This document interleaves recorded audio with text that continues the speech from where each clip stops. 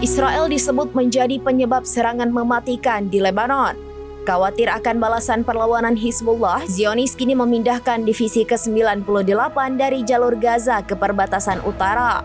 Dikutip dari tribunnews.com, pemindahan tentara ini dilaporkan Radio Tentara Israel pada Rabu 18 September 2024. Divisi ke-98 mengakhiri operasinya di jalur Gaza dan pindah ke Israel Utara. Pemindahan pasukan tersebut merupakan bagian dari persiapan untuk kemungkinan perluasan perang melawan Hizbullah.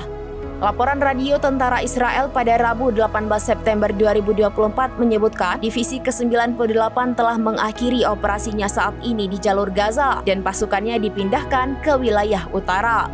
Kekhawatiran ini muncul setelah Israel diduga meledakkan alat komunikasi pager di Lebanon pada Selasa 17 September 2024. Akibat tindakan Israel, lebih dari 3.000 orang terluka, bahkan beberapa di antaranya terbunuh.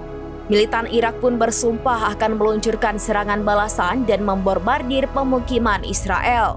Pergerakan itu juga menyusul pernyataan Menteri Pertahanan Israel Yoav Gallant. Ia mengatakan bahwa pusat gravitasi bergerak ke arah utara. Diketahui divisi ke-98 dianggap sebagai salah satu divisi elit Israel.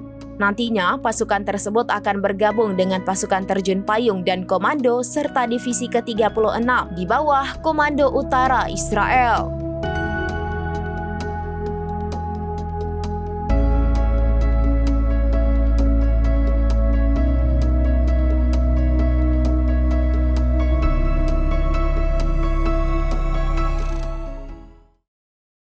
Download Tribun X sekarang, menghadirkan lokal menjadi Indonesia.